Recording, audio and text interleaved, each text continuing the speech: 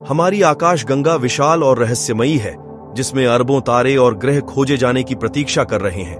और उनमें से एक है केपलर 22b, एक एक्सोप्लैनेट जो हमारे सौर मंडल से लगभग 600 प्रकाश वर्ष दूर स्थित है। हम इस वीडियो में सिग्नस तारामंडल के रहस्यों का पता लगाएंगे। दूर की दुनिया और इसे इतना अनोखा क्या बनाता है। केपलर 22b की खोज दिसंबर 2011 में नासा के केपलर मिशन द्वारा की गई थी, इसलिए इसे केपलर नाम दिया गया। यह दुनिया पहला केपलर ग्रह था जो अपने तारे के रहने योग्य क्षेत्र में पाया गया था। तारे के चारों ओर का क्षेत्र जहां तापमान बिल्कुल सही है।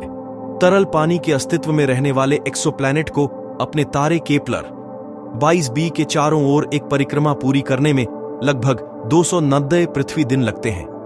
तारे हमारे सूर्य के समान हैं। एक जी प्रकार का तारा सूर्य से लगभग 3% कम विशाल है। केपलर 20b का आकार लगभग 2.4 गुना है। पृथ्वी जो इसे सुपर अर्थ बनाती है। सुपर अर्थ एक्सोप्लान ग्रहों का एक वर्ग है जिनका द्रव्यमान पृथ्वी से अधिक है, लेकिन बृहस्पति और शनि जैसे गैस दिग्गजों से कम है। उन्हें आमतौर पर पृथ्वी के 1 से 10 गुना द्रव्यमान वाले ग्रहों के रूप में परिभाषित किया जाता है। हमारे सौर मंडल में एक भी ग्रह न होने के बावजूद इन ग्रहों को आकाशगंगा में सबसे सामान्य प्रकार का ग्रह माना जाता है और खगोल शास्त्री इनसे बहुत आकर्षित हैं। सुपर पृथ्वी की सतह चट्टानी हो सकती है, जैसे कि पृथ्वी तरल पानी के महासागरों से ढकी हो या गैस पर पाए जाने वाले की तरह गाढ़ा वातावरण हो। विशाल केपलर 22b को वैज्ञानिकों ने जल जगत की संज्ञा दी है, क्योंकि यह एक महासागर में ढका हो सकता है। हालांकि इसके द्रव्यमान और सतह की संरचना की अभी तक पुष्टि नहीं हुई है। वैज्ञानिकों ने केपलर 22b पर संभावित सतह की स्थिति और जलवायु का अनुमान लगाने के लिए विभिन्न मॉडलों और सिमुलेशन का उपयोग किया है। ये अनुमान ग्रह के आकार, उसके तारे से दूरी और उसके वायुमंडल की संरचना सहित विभिन्न कारकों को ध्यान में रखते हैं। एक अनुमान से पता चलता है कि यदि केपलर 22b में कोई वायुमंडल नहीं होता तो पृथ्वी जैसा अल्बर्टो मानते हुए इसका संतुलन तापमान लगभग 262 केल्विन होता, जो थोड़ा गर्म होता है। पृथ्वी का औसत तापमान 250 केल्विन है। यदि इसमें वायुमंडल नहीं है, लेकिन वायुमंडल की उपस्थिति किसी ग्रह के तापमान को महत्वपूर्ण रूप से प्रभावित कर सकती है। यदि एक्सोप्लैनेट में वायुमंडल होता है तो यह पृथ्वी के समान ग्रीन हाउस प्रभाव प्रदान करेगा। ग्रीन हाउस प्रभाव तब होता है जब गैसें अंदर होती हैं। वायुमंडल ग्रह की सतह से गर्मी को फंसाता, जिससे तापमान में वृद्धि होती है।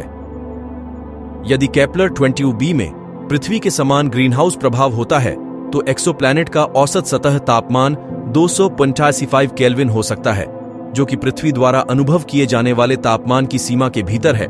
यह केपलर 22b से पता चलता है। इसकी सतह पर संभावित रूप से तरल पानी हो सकता है। जीवन के उद्भव और स्थिरता के लिए एक महत्वपूर्ण कारक माना जाता है।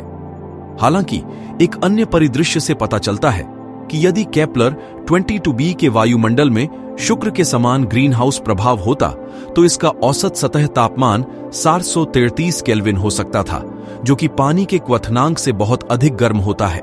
ऐसी स्थिति में ग्रह पर एक प्रतिकूल वातावरण होने की संभावना है जो जीवन के लिए अनुपयुक्त है। जैसा कि हम जानते हैं, हम केपलर 22b के इलाके के बारे में ज्यादा नहीं जानते हैं, लेकिन वैज्ञानिकों का मानना है कि यह पृथ्वी के समान महासागरों वाला एक चट्टानी दुनिया हो सकता है। हालांकि इसके बड़े आकार को देखते हुए खगोलविदों ने ऐसा नहीं किया। इस विचार से इनकार नहीं किया जा सकता है कि यह गैसीय भी हो सकता है। केपलर टीम के एक सदस्य ने केपलर 22b की संभावित रहने की क्षमता के बारे में चिंता जताई है। उन्होंने सुझाव दिया है कि ग्रह का आकार पृथ्वी के 2 गुने से भी अधिक है। इसका वातावरण नेपच्यून रॉकी के करीब हो सकता है। कोर बड़े महासागर 600 प्रकाश वर्ष दूर इस दूर के एक्सोप्लैनेट पर वास्तविक स्थितियों को निर्धारित करने के लिए आगे के अध्ययन और अवलोकन की आवश्यकता है। इस दुनिया के आगे के विश्लेषण के लिए अधिक शक्तिशाली दूरबीनों की आवश्यकता हो सकती है। विभिन्न एक्सोप्लैनेट के वायुमंडल और रचनाओं का अध्ययन करके हम इस बारे में अधिक जान सकते हैं कि ग्रह कैसे बनते हैं और जीवन के अस्तित्व के लिए कौन सी स्थितियां आवश्यक हैं।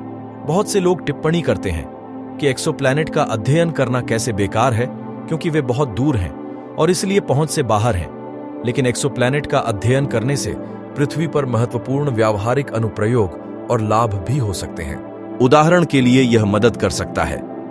हमारी तकनीक को आगे बढ़ाते हुए एक्सोप्लैनेट की खोज ने संवेदनशील डिटेक्टरों और अंतरिक्ष आधारित दूरबीनों जैसी नई प्रौद्योगिकियों के विकास को प्रेरित किया है, जिनके अनुप्रयोग उदाहरण के लिए एक्सोप्लैनेट अनुसंधान से परे हैं।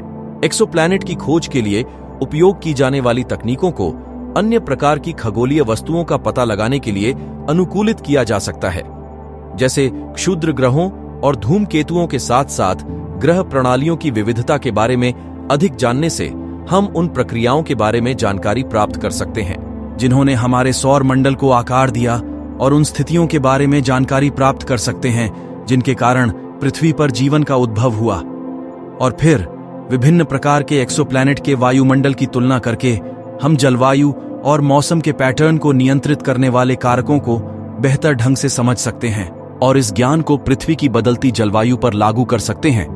एक्सोप्लैनेट अनुसंधान में भविष्य के वैज्ञानिकों और इंजीनियरों को प्रेरित करने और विज्ञान और अन्वेषण के महत्व के लिए व्यापक प्रशंसा को बढ़ावा देने की क्षमता भी हो सकती है।